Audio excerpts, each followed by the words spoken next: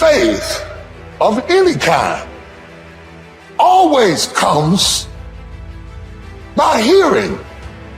You didn't believe you were dumb till you heard you were dumb. You didn't believe you couldn't learn till you heard somebody say you couldn't learn. Your unbelief is a result of something you heard about yourself. And the more you heard it and rehearsed it and even argued about it and said you didn't believe it, every time you face a challenge, tell me the truth. Don't those voices come back up? Every time you hit a low place, don't those voices come back up again?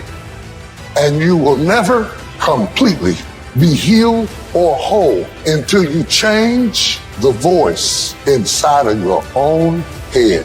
And nobody can do this but you.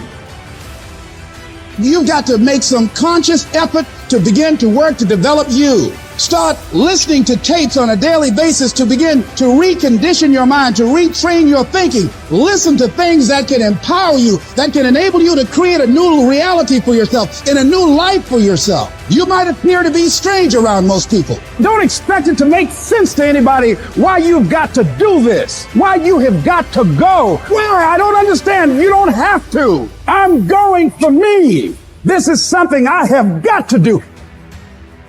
How would an abundant person think? Write it down, dude, and fire and wire those thoughts in your brain and install the hardware. Keep doing it with attention and intention. It becomes the new voice in your head. It becomes a software program. And before you reach for your cell phone and start scrolling through your social media, close your eyes and rehearse in your mind how that person would walk, how they would breathe, how they would smile, how they would greet people, how they would be on Zoom calls, how would they be in traffic, how would they be at dinner. And the act of closing your eyes and mentally rehearsing the act, if you're truly present, the brain does not know the difference between the real life experience and what you're imagining. In fact, just a little bit of time, you start to install the neurological hardware to look like you already did it. You must have faith. You've got to believe in yourself. You've got to believe in your abilities, your ideas, unquestionably. You've got some idea, some dream that you might have to go back and brush it off and look at it again and say, I've got to do this. This is what I'm supposed to do. This is why I showed up. You've got to talk to yourself day in and day out, selling yourself on you and on your potentials. And all I want you to do every day is just say to yourself, when you feel that inner negative conversation saying you can't do it, just say, it's possible. Other people have done it, then we can do it. We fail a lot of times. Well, a lot of other folks fail, and eventually they came back and they succeeded. So it's possible we can have what we want. And it's necessary. We get negative, do-nothing people out of our lives. It's necessary. We never stop learning and growing and developing ourselves. It's necessary that we never give up. Whatever we have to do, it's worth it.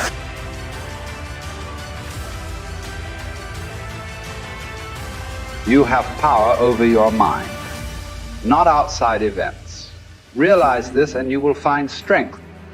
When you arise in the morning, think of what a privilege it is to be alive, to think, to enjoy, to love.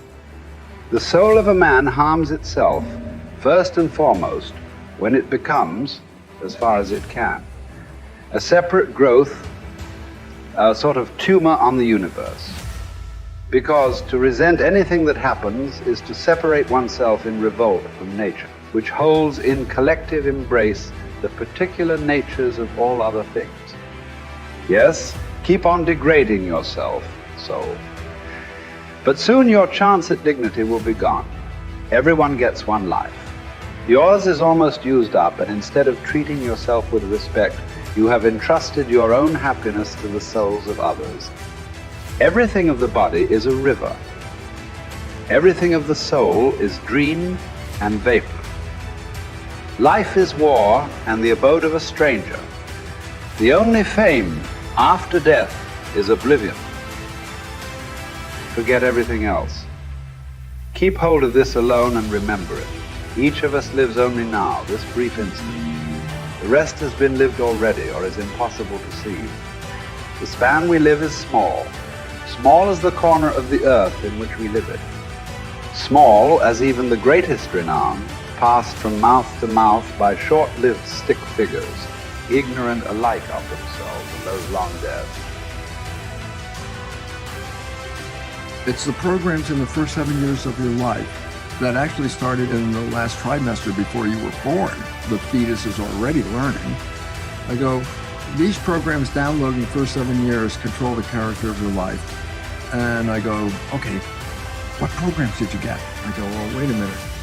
What programs did you get before you were born? Your life is run by programs and you have no conscious awareness of these programs because your conscious mind wasn't working when the downloads were occurring. So all of a sudden I said, now we have a problem. I go, you've been programmed, you don't even know what the hell the programs are. 95% of your life is coming from the programs.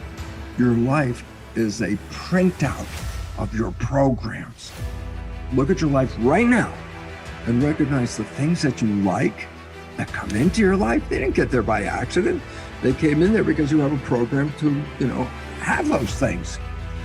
The things that you wish or desire, but you have to work hard, sweat over it, put effort into it. Why are you working so hard? And the answer is, whatever program you downloaded doesn't support that. And you're trying to override the program with the conscious mind. And I go, well, here's the problem. The conscious mind only working 5%, the program 95%. That's one problem right there, mathematically. That's a problem. Let me give you another mathematical. The subconscious is 1 million times more powerfully computed than the conscious mind. So I say, now do the math. How effective is your conscious mind at overriding the subconscious? I say it works 5% of the time with a miniature computer. And they go, now that's your problem. I go, the only way you can override the program is not play the program. And that's when we said stay mindful. And then we then said, well, that's going to be difficult because we have to think. So there's only one way out. Reprogram the subconscious mind. If you would put wishes and desire programs into the subconscious mind, that means that that program would be operating 95% of the day. Meaning, whether your conscious mind is in control saying, these are my wishes and desires, or the conscious mind's thinking, then the subconscious mind comes in and says, these are my wishes and desires, then guess what? Then 100% of your life you're living wishes and desires. And therefore, all of a sudden, then the work has to come back to each of us as individuals. Each of us got programmed. Each of us is manifesting that program. We give up our power in many of the programs. A fine example is, you were sick as a kid, and just like your parents and any other family members, when you were sick, you went to the doctor. And I go, that's a habit. I said, what does it mean? It says, you learn this in the first 7 years. The program, it says, when you're sick, you give up this power and you go to that doctor and you accept the doctor as the power over you. Because when it came to health, it's like, no, you don't do it. The doctor does it. That's the program. I say, so what's the point? You have given up power over the control of your life and have given it to the truths, quote unquote, offered by the doctor.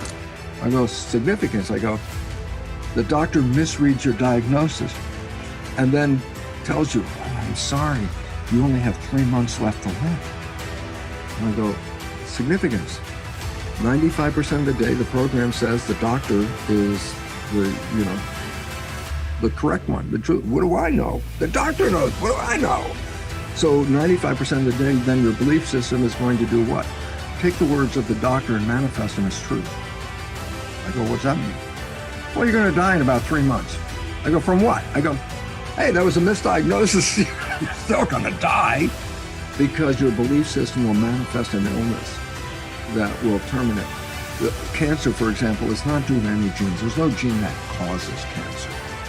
The genes are correlated with cancer. Well, what causes cancer? I say disharmony and repressed anger is one of the big ones. I go, so when I say the genes didn't cause it, I say no. So I say, then what caused it? I say my consciousness. I say, what? Repressed anger, And I go, so what? I say, well, change consciousness, and guess what? You can go into remission. The cancer will go away as soon as you change the consciousness. And all of a sudden it's like, I thought I was a victim of the genes. I said, that's a program. And that is totally incorrect. Because as quantum physics says, consciousness is creating our life experiences. And as the new biology, which I'm familiar with, called epigenetics, is how consciousness controls the genetics. And all of a sudden I say, oh, well then biology and quantum physics now share the same story. Yeah, you're creating this. And then the idea is then if you look at the creation and you're not happy with it, don't go out and blame the creation, because you never saw that you were participating in a way invisible to you that led to this expression. If you want to change it, you have to change you, and then the environment will change.